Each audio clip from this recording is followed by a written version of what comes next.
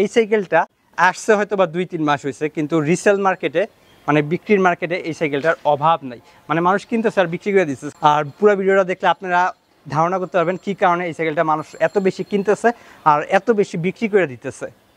Hello, আসসালামু আলাইকুম বন্ধুরা, আশা করছি সবাই ভালো আছেন। আমার নতুন একটা ভিডিওতে আপনাদের সবাইকেই স্বাগতম। আজকের ভিডিওটা হচ্ছে রক রাইডার একটা সাইকেল নিয়ে, আর সাইকেলটার নাম হচ্ছে রক রাইডার ডিউক। আর রক রাইডার ডিউক হচ্ছে আজ থেকে 3-4 বছর আগে একবার মার্কেটে আসছিল। ওইটা ছিল হচ্ছে আপনাদের 26 ইঞ্চি হুইল সাইজের সাইকেল। এই বছর যেটা আসছে সেটা হচ্ছে 27.5 ইঞ্চি হুইল সাইজের একটা সাইকেল। আর রক রাইডার ডিউক হচ্ছে রক রাইডারের মধ্যে সবচেয়ে এন্ট্রি লেভেল সাইকেল বলতে পারেন। বাকি সিরিজগুলোতে একটু মোটামুটি ভালো পার্টস দিয়ে তৈরি করে, আর রক রাইডার ডিউক সিরিজ যেটা আছে এটাতে একটু লো এন্ড পার্টস দিয়ে সাইকেলগুলো তৈরি করে থাকে। আর রক রাইডার ডিউক সাইকেলটা দেখতে কেমন? রক রাইডার ডিউক সাইকেলটা দেখতে মারাত্মক সুন্দর এবং সাইকেলটা আপনার বাজেটের মধ্যে বলতে পারেন ভালো একটা সাইকেল। চলেন তাহলে মূল ভিডিওর দিকে যাই। আর মূল ভিডিওতে যাওয়ার আগে আপনাদের যে কাজটা করতে হবে, যারা চ্যানেলটাকে এখনও সাবস্ক্রাইব করেন নাই অবশ্যই চ্যানেলটাকে সাবস্ক্রাইব করে নেন, আর ভিডিওটাতে অবশ্যই একটা লাইক দেওয়ার চেষ্টা করবেন। লাইক দিলে হচ্ছে ভিডিওটা করতে উৎসাহ জাগে। আর আপনার প্রয়োজনে কেউ যদি সাইকেলটা কিনতে চায়, কেনার আগে অবশ্যই ভিডিওটা দেখেন, দেখলে অনেক কিছু ক্লিয়ার হয়ে যাবেন সাইকেলটার সম্পর্কে। চলেন তাহলে ভিডিওটা শুরু করি। সর্বপ্রথম আসি সাইকেলের ফ্রেম দিয়া। রক রাইডারের বেশিরভাগ সাইকেলেই ব্যবহার করা হয় রক রাইডার ইন্ডিওরা অ্যালুমিনিয়ামের একটা ফ্রেম। এই সাইকেলও তার ব্যতিক্রম নাই, এই সাইকেলও ব্যবহার করছে রক রাইডার ইন্ডিওরা অ্যালুমিনিয়ামের একটা ফ্রেম। আর এই ফ্রেমগুলো দেখতে মারাত্মক সুন্দর। অন্যান্য যে কোনো সাইকেলের তুলনায় রক রাইডারের সাইকেলগুলোর ফ্রেমটা দেখতে অনেক সুন্দর, আর কালারগুলো দেখতে অনেক সুন্দর। এই সাইকেলটার আপনাদের 4টা কালার হয়, 4টা কালারই দেখতে সুন্দর, মানে আপনাদের এক দেখায় 4টা কালারই পছন্দ হবে, এই বিষয়ে আপনারা পুরোপুরি নিশ্চিত থাকতে পারেন। মানে একটা কালারও আপনি বলতে পারবেন না কালারটা দেখতে সুন্দর না, সবগুলো কালারই দেখতে অনেক অনেক বেশি সুন্দর। আর এখানে সবগুলো সাইকেলেই ব্যবহার করা হয়েছে ইন্টারনাল ক্যাবেল সিস্টেম, মানে আপনার প্রতিটা সাইকেলেই আপনার ইন্টারনাল ক্যাবেল সিস্টেম ব্যবহার করা হয়েছে। ইন্টারনাল ক্যাবেল সিস্টেমের পর আসি সাইকেলের ট্রান্সমিশনের দিকে। এই সাইকেলের ট্রান্সমিশন হিসেবে ব্যবহার করা হয়েছে অ্যাল্ট্রোর একটা গ্রুপ সেট। অনেকে হচ্ছে অ্যাল্ট্রো করি না বুঝা অ্যাল্ট্রাস করে, আমি বলে অ্যাল্ট্রো বলতেছি, বিষয়টা এরকম না। এটা এখানে ব্যবহার করা হয়েছে অ্যাল্ট্রোসের একটা গ্রুপ সেট। আর এটা হচ্ছে আপনাদের 1x9 স্পিডের একটা গ্রুপ সেট, মানে সামনে হচ্ছে 1 স্পিড, পেছনে হচ্ছে 9 স্পিডের একটা গ্রুপ সেট এই সাইকেলটাতে ব্যবহার করা হয়েছে। সর্বপ্রথম আসি সাইকেলের শিফটারের দিকে। এই সাইকেলটা শিফটার হিসেবে ব্যবহার করা হয়েছে অ্যাল্ট্রোস A5 মডেলের একটা শিফটার, মানে যে শিফটারটা আছে একটা মাত্র শিফটার পাবেন, সেটা হচ্ছে ডান হাতে। এটা হচ্ছে অ্যাল্ট্রোস A5 মডেলের একটা শিফটার, আর এটা হচ্ছে আপনাদের 9 স্পিডের একটা শিফটার। আর এই সাইকেলের ফ্রন্ট রেলার ব্যবহার করা হয় নাই, এই জন্য আপনাদের হাতের বাম পাশে কোনো শিফটার পাবেন না, আর ফ্রন্ট রেলার তো নাই। সাইকেলের রেড রোলার হিসেবে ব্যবহার করেছে অ্যাল্ট্রোস A5 এর একটা রেড রোলার, যেটা হচ্ছে আপনাদের 9 স্পিডের একটা রেড রোলার। আর এই রেড রোলারটাও মোটামুটি ভালো রেড রোলার বলা যায়। রেড রোলারের পর আসি সাইকেলের ক্র্যাঙ্কের দিকে। এই সাইকেলের ক্র্যাঙ্ক হিসাবে ব্যবহার করা হয়েছে অ্যালুমিনিয়ামের একটা ক্র্যাঙ্ক, আর এটা হচ্ছে রক রাইডারের নিজস্ব একটা ক্র্যাঙ্ক। বলতেছে তারা হচ্ছে ইন্ডিওরা অ্যালুমিনিয়ামের একটা ক্র্যাঙ্ক ব্যবহার করছে, আমি সঠিক এই বিষয়টা বলতে পারতেছি না, তবে এটা অ্যালুমিনিয়ামের একটা ক্র্যাঙ্ক, এই বিষয়ে নিশ্চিত থাকতে পারেন। ক্র্যাঙ্কের পর আসি সাইকেলের ক্যাসেটের দিকে। ক্যাসেট হচ্ছে সাইকেলের পেছনে যে কাঁটাটা থাকে বা আপনারা গিয়ার নামে যেটা পরিচিত, এটা হচ্ছে মূলত ক্যাসেট বলে। আর এটা ব্যবহার করা হয়েছে শানশিন ব্র্যান্ডের একটা ক্যাসেট।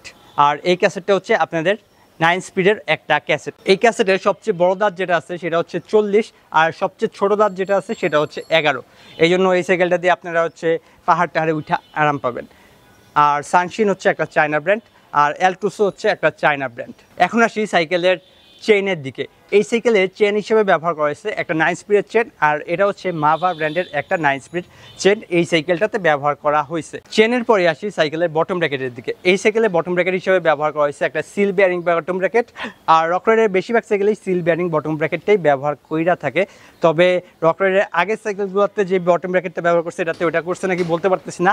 ধরেন রক রাইডার XC401, 402-তে বটম ব্র্যাকেট থেকে একটা আওয়াজ আসতো, এই সাইকেলে কি আওয়াজটা আসে নাকি আমি সঠিক বলতে পারতেছি না, কারণ এই সাইকেলটা আমি ওই লেভেলে রাইড করি নাই। এরপর আসি সাইকেলের ব্রেকিং সিস্টেমের দিকে। এই সাইকেলে দুইটা ব্রেকিং সিস্টেম আছে, একটা হচ্ছে মেকানিক্যাল ডিস্ক ব্রেকের ভার্সন, আর একটা হচ্ছে অয়েল ব্রেকের ভার্সন। যেটা মেকানিক্যাল ডিস্ক ব্রেকের ভার্সন, এই ভার্সনটার দাম হচ্ছে আপনাদের 21,000 টাকা, আর যেটা অয়েল ব্রেকের ভার্সন সেই ভার্সনটা হচ্ছে 23,500 টাকা। আপনাদের ক্ষেত্রে যেটা হবে সেটা হচ্ছে যারা সাইকেলটা নেবেন চেষ্টা করবেন, বলবেন ভাই আমার দুইটা ব্রেকিং সিস্টেমের একটা ব্রেকিং সিস্টেমের দরকার নাই, আমার আপনার শিমানো MT200 লাগাই দেন, আপনারা আমি দরকার হলে 25,000 টাকা দিতেছি। বিষয়টা হচ্ছে এরকম, এইভাবে করে বইলা দেখবেন, যদি আপনাদের দেয় তাহলে চোখ বন্ধ করে Shimano MT200 দিয়ে এই সাইকেলটা নিয়ে নেবেন। এই যেই দুটা ব্রেকিং সিস্টেম আছে, ধরেন প্রথমটা মেকানিক্যাল ডিস্ক ব্রেক, এইটা একবারেই বাজে একটা মেকানিক্যাল ডিস্ক ব্রেক ব্যবহার করছে এই সাইকেলে। আর যেটা আছে হচ্ছে এক্সপার্কের অয়েল ব্রেক, ওইটা মোটামুটি একটা আছে, মানে ওইটা দিয়ে আপনি মোটামুটি চলতে পারবেন 1-2 বছর। মানে আপনি যদি খুব রাফ না ইউজ করেন তাহলে 1-2 বছর ওই ডিস্ক ব্রেকটা দিয়ে আপনারা সুন্দর মতো চলতে পারবেন, মানে অয়েল ব্রেকটা দিয়ে সুন্দর মতো চলতে পারবেন। যেটা হচ্ছে 23,500 টাকার ভার্সন আছে ওই ভার্সনটা। আর যারা ভাবতেছেন স্টান্ট করবেন 21,000 টাকার ভার্সনটা নিয়ে, মনের ভুলেও পারেন না। এই সাইকেলটা দিয়ে আপনারা স্টপিও করতে পারবেন না, হুইলিও করতে পারবেন না। মানে স্টান্ট করার থেকে এই সাইকেলটা দূরে থাকতে হবে। এই ব্রেকিং সিস্টেম দিয়ে আপনারা স্টান্ট কোনোদিনও করতে পারবেন না এই সাইকেলটা থেকে অন্তত। এরপর আসি সাইকেলের রোটরের দিকে। এই সাইকেলে হচ্ছে একবারে এন্ট্রি লেভেলে একটা রোটর ব্যবহার করছে। আর এই রোটরটার থেকে আপনারা ভালো কোনো পারফরমেন্স পাবেন না। আপনারা চেষ্টা করবেন যারা সাইকেলটা নেবেন তারা হচ্ছে ভালো মানের একটা রোটর লাগিয়ে নেওয়ার জন্য ব্রেকিং সিস্টেমটা অন্তত আপগ্রেড করে তারপর সাইকেলটা চালাবেন। এখন আসি সাইকেলের হুইল সেটের পার্টে। হুইল সেটের মধ্যে সর্বপ্রথম আসি রিমের দিকে। এই সাইকেলের রিম হিসেবে ব্যবহার করা হয়েছে রকরাইডের একটা রিম। আর এই রিমের সাইজ হচ্ছে 27.5 ইঞ্চি, মানে 27.5 একটা রিম এই সাইকেলে ব্যবহার করা হয়েছে। আর রিমের পর আসি টায়ারের দিকে। এই সাইকেলের টায়ার হিসেবে ব্যবহার করা হয়েছে রকরাইডের একটা টায়ার। আর এই টায়ারটা হচ্ছে অনেক মোটা একটা টায়ার। এই টায়ারের সাইজ হচ্ছে 27.5 ইন্টু 2.35 ইঞ্চি, মানে এমটিবির মধ্যে বলা যায় এক কথায় অনেক মোটা একটা টায়ার এই সাইকেলটাতে ব্যবহার করা হয়েছে। টায়ারের পর আসি সাইকেলের হাবের দিকে। এই সাইকেলে হাব হিসাবে ব্যবহার করা হয়েছে জেট বেয়ারিং ব্র্যান্ডের একটা হাব। এর মূলত একটা চাইনিজ ব্র্যান্ড, এই ব্র্যান্ডের একটা হাব ব্যবহার করা হয়েছে। আর এটা হচ্ছে একটা বেয়ারিং হাব, এক কথায় বলতে গেলে এটা একটা বেয়ারিং হাব ব্যবহার করছে এই সাইকেলটাতে। আর এটা কিন্তু ফ্রি হুইলের হাব না, এটা হচ্ছে ক্যাসেটের একটা হাব। সবশেষ আসি সাইকেলের অ্যালয় পার্টগুলোর দিকে, যেমন হচ্ছে সাইকেলের হ্যান্ডেল বার। এই সাইকেলে একটা বড় সড়ো হ্যান্ডেল বার ব্যবহার করছে। আর এটা হচ্ছে পিআরসি ব্র্যান্ডের একটা হ্যান্ডেল বার, যেটার সাইজ হচ্ছে 700 mm। মানে সাইকেলের স্টকে আসা অনেক বড় সড়ো একটা হ্যান্ডেল বার এই সাইকেলটাতে ব্যবহার করা হয়েছে। আর 700 mm 720 mm এর উপরে কোনো সাইকেলে হ্যান্ডেল বার স্টকে আসে না অন্তত।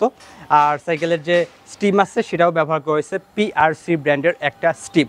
আর এই স্টিমটাও অনেক ভালো একটা স্টিম বলতে পারেন। রকরাইডের আগে যে ভোল্টা বা স্টিমগুলো দিত ওই স্টিমগুলো থেকে এই স্টিমটা অনেকটাই বেটার।